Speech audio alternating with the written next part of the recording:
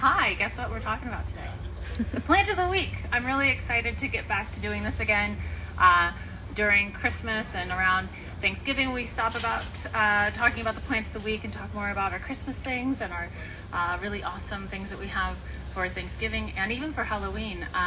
But now we are back to talking about the different Rogers Gardens plant of the week. And I know I say this every single time, but I swear to you, this is my favorite plant ever. So my name is Sarah Smith. I'm a horticulturalist here at Rogers Gardens, and let's jump right into it. So today's plant of the week is strawberries. I am obsessed with growing strawberries. I have a ton of different types of strawberries, and I'm still learning new stuff about strawberries all the time. It was something that my early years of gardening, when I was knee-high to a grasshopper, I was planting strawberries and just trial and error. I didn't really know what I was doing.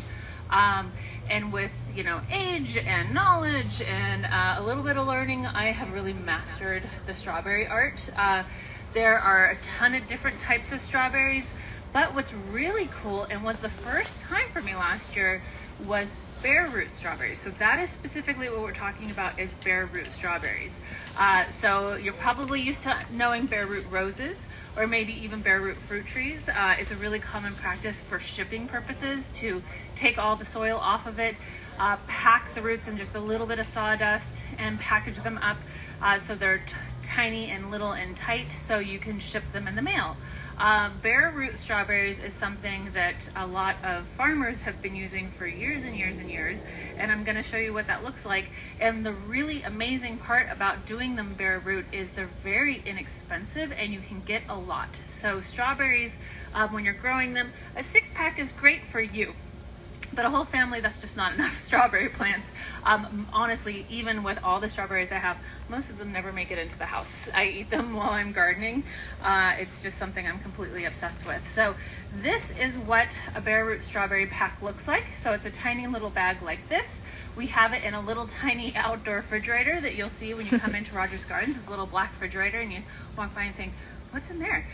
That's where our bare root strawberries are. So it comes in a little pack like this. There's 15 in each pack. They are $6.99. You open up this little pack, you pull it out, and you go, what in the world is in here? Looks like this. How crazy is that, right? So that's the roots. It's packed in sand. When we get them in a box, we separate them out, and that's the little crown of the strawberry right there. So these are old little stems here, but you can see that nice new little leaf on there. Isn't that cool? So this is the tiny little strawberry. And when you plant them, they're going to look just like this. So we have Chandler, Sequoia, and Seascapes. Seascapes were my very first venture into strawberries. Seascapes are really great. They're an ever-bearing, so there's June-bearing strawberries and ever-bearing strawberries. Seascapes are an ever-bearing strawberry, so that means they start producing around June, but they continue to produce. So they're not reliant on the light versus night, sun versus nighttime balance for bearing your strawberries. Whereas June bearing bears for about 3 months. The Sequoias and the Chandlers are June bearing. What's really nice about those, however, is they're really big. So they're a lot larger, and they're more like what you're going to get in the grocery store. So those nice big fat strawberries, but they're going to taste better than anything you've ever had. You're never going to get a strawberry in the grocery store like a strawberry you grow at home. They pick those very white. They can't pick them while they're really, really big and juicy and totally ripe because they just don't last very long. They get really soft very quickly. So they ripen as they're being transported. So that's why they taste very different than what you have at home.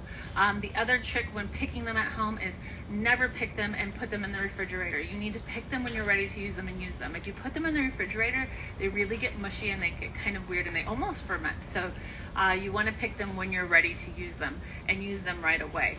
So when you buy one like this, where it's this nice little tiny one, so what you want to do is you want to soak the root part in water for about 24 hours. You don't even really need to go that long. 12 is fine. You don't want to submerge the whole entire thing. So when you're getting them, I would just look at it. I used a jar, just a mason jar last year, and I just found the crowns of all of them and I put them upright and I put the roots down. And some of them you really have to look, like where is the crown? This one's got a nice big fat crown. and you put that part upright, and then I just stuck them in a little mason jar of water. So the bottom of it is starting to kind of activate and pull that water up and bring it out of its dormancy, because these are pretty dormant. They're going a little bit because they've gotten a little warm from being out of the boxes. But when you plant them, what you want to do, and we have these beautiful strawberry pots, we have some ready to go, we have some so you can plant them yourself. You don't really necessarily need to use this moss. In fact, I don't use moss when I'm planting mine at home. It's really just kind of more for looks. And when you look at this, you plant that crown really high. In fact, I can even see a little bit of the root on here still, which is totally fine. If you plant it too deep and you plant the crown, and the crown is the spot where the roots stop, and you can really see it's almost like a really definitive line. So the roots stop down here, this is the crown. If you plant the crown in too much soil, it won't produce fruit. It'll grow leaves, but you won't get hardly any fruit on it, and that's always a real big bummer. So plant them higher than you think you should. So you want to just see the crown. Again, we just put the moss in here. Also, too, for transportation. So when you take this home, all the soil doesn't all come tumbling out of here when you put it in your car. So that's always the worst. But you don't need a moss like that. That's just to make it look really pretty. So you want to soak them in the water for 12 to 24 hours. Don't soak the whole entire thing because you don't want to rot it out. You want to plant it in really, really good, really nice, draining, very fertile soil. So you can do it in the ground too, or you can do it in pots. What you want to think about though is when you're doing strawberries is you don't want the fruit to ripen on the soil. So that's why strawberry pots are so great, because they'll hang over.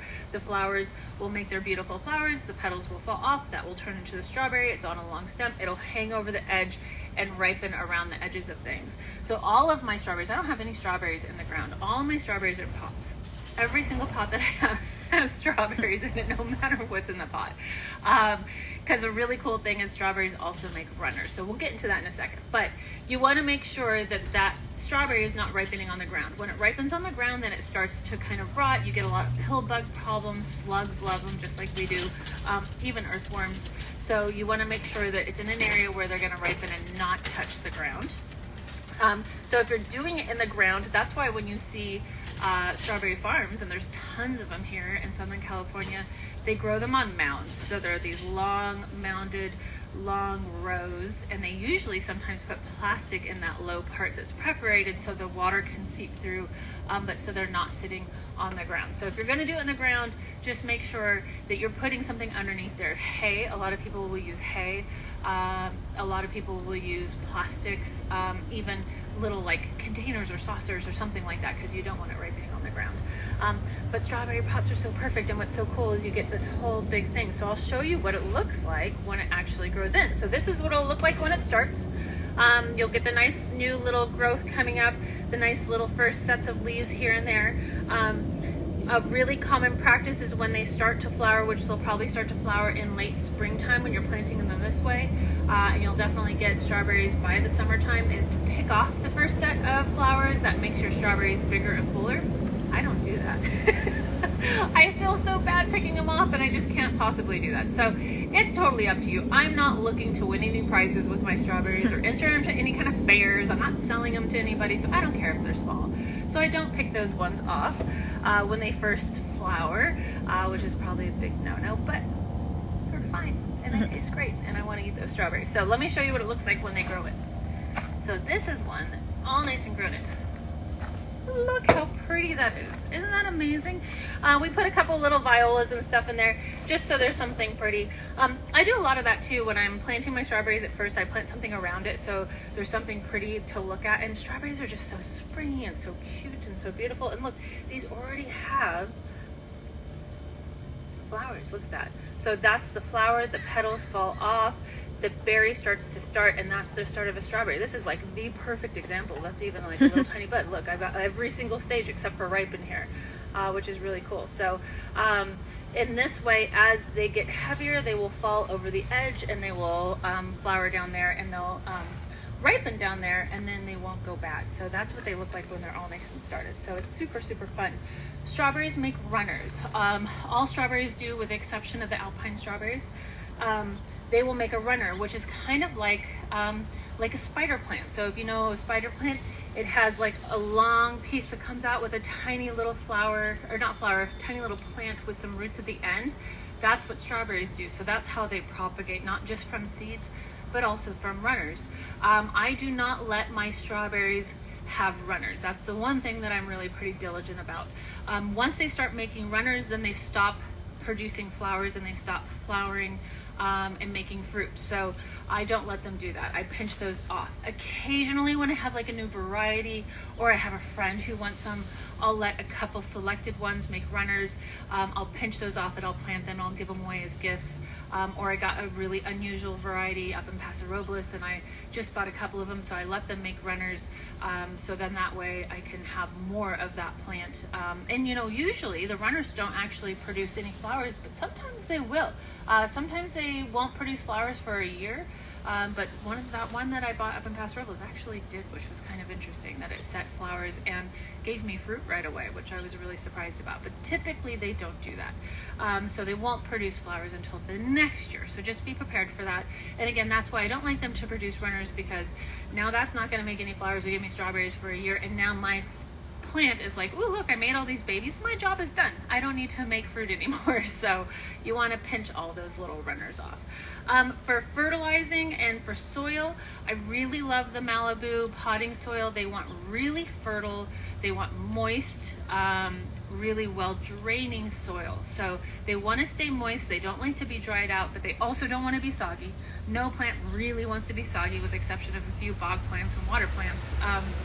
So you want to make sure you're not sogging them out, but you want to make sure they don't get dried out too much. So keeping them consistently moist. So you want that soil to feel like a wrung out sponge. You don't want to squeeze it and have water dripping out, but you want to have a little bit of wetness in there. That's why I like doing it pots, because I can kind of control it. I'm not relying on my sprinklers or anything like that. When I first plant them, I use the kelp seaweed mix, or I'll use a fish emulsion fertilizer as well. So I want something that's going to add a good nutrients. It's going to be very mild, because they're very tiny and they're very little like this. They don't need a lot right away. This works really well. I even use it as a foliar spray. So I will mix it up and just do a watering can, or I'll mix it up in my sprayer and I'll spray the soil really well to make sure I get the roots, because the roots are not very deep, so you don't have to go very far. And then I make sure that I get all the new growth and the crown really nice and saturated, because it can pull that nutrients through that as well. So I use the kelp, or I use a fish emulsion. Fish emulsions are real stinky, so be prepared. And then once they start looking like this, and even now it's a little bit early, but in February typically is when I start actually using my granular. I use the rose and flower on it because I'm really trying to get it to produce those flowers, so I get a lot of strawberries, and I do that once a month. And then the thing that I do, and if you all watched any of my things, you know how much I love them. Malibu, not only do I love their soil, but I love their compost tea. And when I'm doing my roses, which I do once a month, I do my strawberries too. So because again, I like them to produce a lot of flowers, and that compost tea is really good as a foliar spray as well. So I foliar spray my roses with it, and I foliar spray my strawberries, and then whatever I have left over, I dump into the ground. And I always do that right after I fertilize. So I put my fertilizer on the ground. It's just a granular, you just sprinkle it down. And then I use the rest of the water that I have left over from this to water that in. I don't really cultivate too much under my strawberries, because the roots are very shallow, and you don't want to cut up those roots and make them struggle in any sort of way. So you don't want to mix around and dig around or cultivate underneath your strawberries too much. So that is all my strawberry 101. I love them so much. I think that everybody wants to grow tomatoes, because everybody says there's nothing like a homegrown tomato, and there is not, but there's absolutely nothing like a homegrown strawberry. They're so much better when they're homegrown. They're like candy. They're so sweet and so amazing. And just a really easy thing to do. Kids love them. And right now, 15 plants for $6.99, that is a great deal. So you have enough to give some to you and to maybe share if you're feeling nice enough. A lot of my strawberries, honestly, I'm the one who eats them all.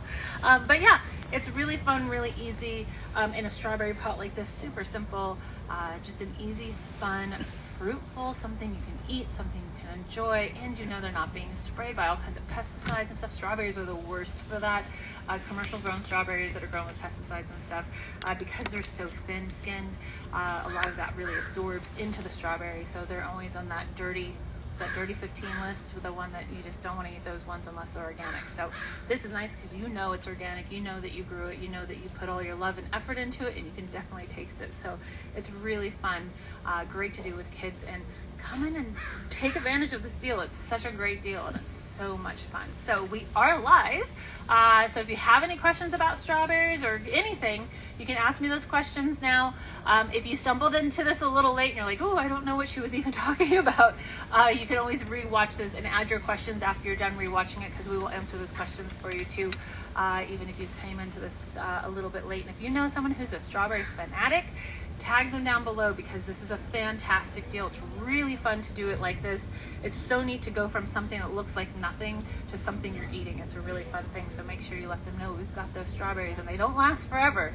We don't sell them for a super long time. Once they're gone, they're gone. Okay, any questions? Yes, thank you, Sarah. Yeah. The first question is, will my strawberry plants left over from last year produce berries? Yes, so they are a perennial. And they're a very long-lasting perennial plant. Some plants we call perennials, but I say tender perennials because they don't always overwinter.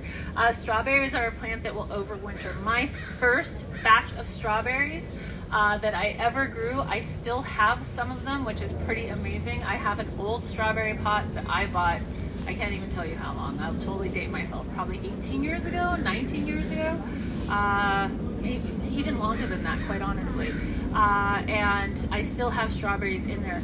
I planted, because I was a poor college student, I planted just a couple on the top, and then when they started to produce the runners, I dropped those runners down into the pockets down below, and let them root into there, and just kept doing that and doing that and doing that. A few times with moving and things like that, I've let some of it go a little bit dry, and I've had to replace a few here and there. They were seascape strawberries, so I have a tender spot for those particular variety, and that is the ever-bearing variety. So they start in June and go all the way into fall. In fact, I still have a handful of little strawberries that keep popping out here and there on that one, but some of those are my original seascapes, so they absolutely do. Don't let them dry out. That's the big key. You want to make sure that you're keeping them watered. That's why I like having them planted underneath other things, so underneath my citrus, underneath my passion fruit, underneath my blueberries, because I have to keep watering those, so I'm keeping them watered and then keeping them nice. So you don't let them go totally dry, but even if you do, chances are when you start watering it again, you will get some stuff coming out. So don't just get discouraged and pull them all out and be like, okay, well, I just got to start all over again. You probably will get those to come back, because they do kind of go a little bit dormant. And if you see like the strawberry farms and stuff here, it looks like there's nothing in the ground, and that's because they cut them way back. They cut that water way down, and then they water them again, they fertilize them again, give it a good shot of this, some fish emulsion too, and the kelp meal, and they'll probably come right back for you. So don't pull them out, don't throw them away. They are a perennial plant. What kind of light do they need? Yeah, I didn't even touch into that. So best with full sun, but the beauty of strawberries is they will take some shade. That's why I have so many different parts of my yard. The ones that do the very best are getting full sun, but they are one that can handle a little bit of dappling. My original strawberry pot gets sun from sun up to about 3 o'clock, and then it's shaded. Bright though, it's not deep dark shade. They're not going to be happy in totally dark all the time shade. So they need bright sun, and they need some direct sunlight for, I would say, about 5 hours would be the smallest amount of direct sunlight you want to give them. But yeah, they are a full sun plant. But again, they can handle a little bit of variety in their sun. So besides the pot that we see, what other good pots are to plant for strawberries? The one that I love and is so cool, and we did it last year, I'm not sure if we'll do it again this year, but I actually took a page out of our playbook here at Rogers and did it at home too, is those woolly pockets. So woolly pockets are something that you can attach to a wall. It is exactly like it sounds. It is a wool, well, it's not truly a wool, it's actually a felted pocket that has an opening in it, and you throw your dirt in there and you plant them in there, and they can come out and fall down the side of the pocket and grow really well. So I did some of those underneath some of my windows where I didn't have anything there, and I thought, oh my gosh, that's such a great idea. And they were so pretty, and it was so fun. All the kids would instantly come up because we had them at our information booth, so it was totally like child level, and they would come up and just be like, oh my gosh, and all the parents would be like, no, pick those, and I'd be like, yeah, pick them, just make sure they're right. But it was so fun to watch all the kids pick a homegrown strawberry and eat like probably the first homegrown strawberry that they've had for some of them. So they grow really well that way. And then I have some, I really like Alpine strawberries. I didn't bring an example because we're talking specifically about bare root, but Alpine strawberries are kind of like the wild strawberries. So they don't produce runners. They have a much smaller leaf, a much smaller fruit that's kind of tiny, a little bit seedy. But they're amazing. We have some ones called Yellow Wonder, and we were eating them yesterday, and everybody's like, they taste like guava. They're very different tasting, but those don't produce the little runners. So those I use as borders around all my veggie gardens. Because they're nice, they don't get crazy and out of hand. When you plant these in the ground, because of those runners, they kind of take over a whole area, which is fine, but it's a little bit harder.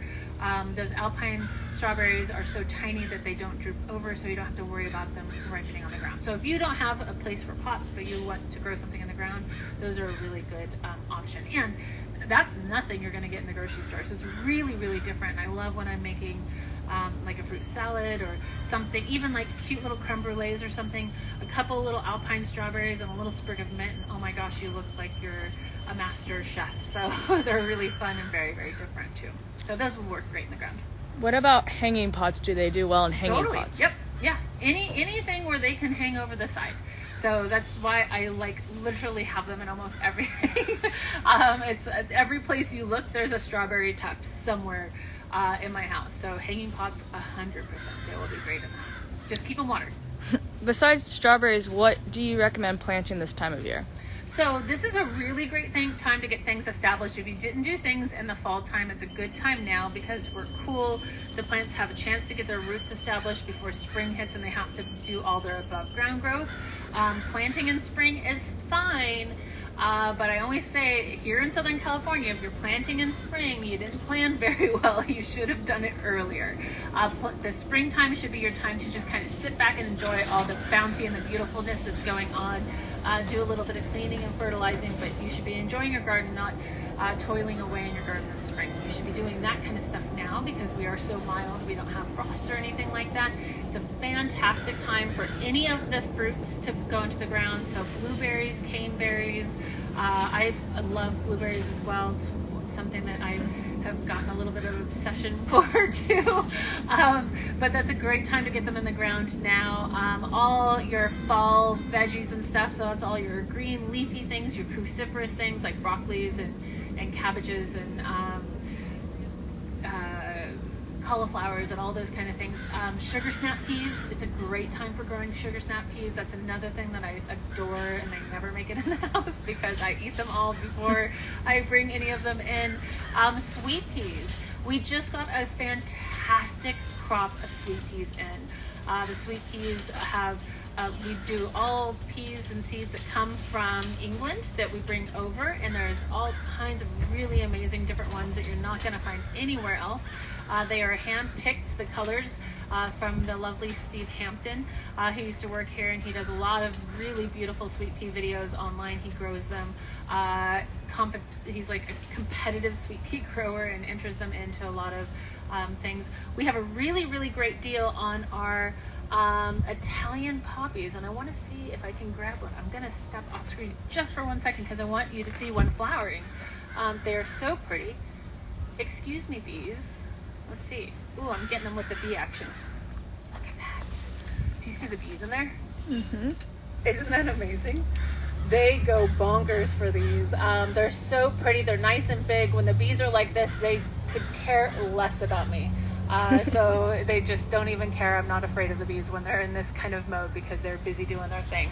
But these are the Italian type Icelandic poppies. So they're so much bigger, right, than the normal Icelandic poppies. And this is the deal that we have for the month. So it's buy two, get one free. They're $2.99. Oh, that one just got mad. He's like, what are you doing? Nope, he went right back. But really big, beautiful flowers. These are great cut flowers. So the regular Icelandic poppies, they make an okay cut flower, but they're kind of small, a little bit flimsy. They're not too great for bringing in the house. They don't last very long. These ones do. Even when they're in the budded form, if you put them in water, they open up in the house, which is really, really cool. We cut a couple of different ones. I made a tiny little vase in one of the booths, and it's just so fun to watch them all open.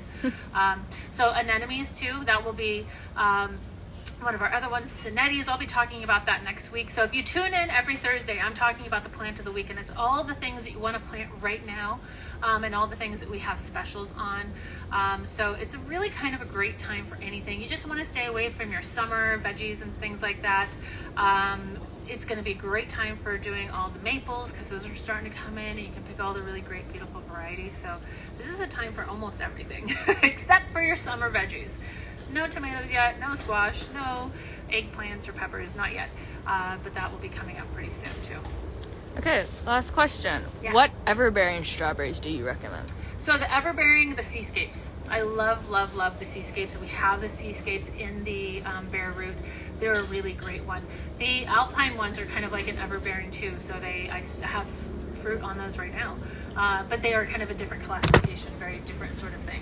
But the seascapes are a really great one. The Chandlers and Sequoias, nice big fatties, but they only produce for about 3 months. But when they do produce, the trade-off is that they produce a lot. So if you want to do strawberry pies or jams or things like that, that's a really great one to have in your back pocket. And mix and match. I try to just for me, so I know how they're doing and what they're doing and what they taste like, I keep them separated. So I have like a pot of all seascapes. I have a pot of all Chandlers. I have a woolly pocket of all Sequoias and another one of all Chandlers. So I know the difference between the two, and I can watch them and see what they're doing. That just helps me for recommending things to you. So I don't like to mix and match in that kind of regard, but have a lot of different varieties. It's so, I'm telling you, once you start, it's hard to stop. I have so many different weird ones. I even have ones that flower with a pink flower.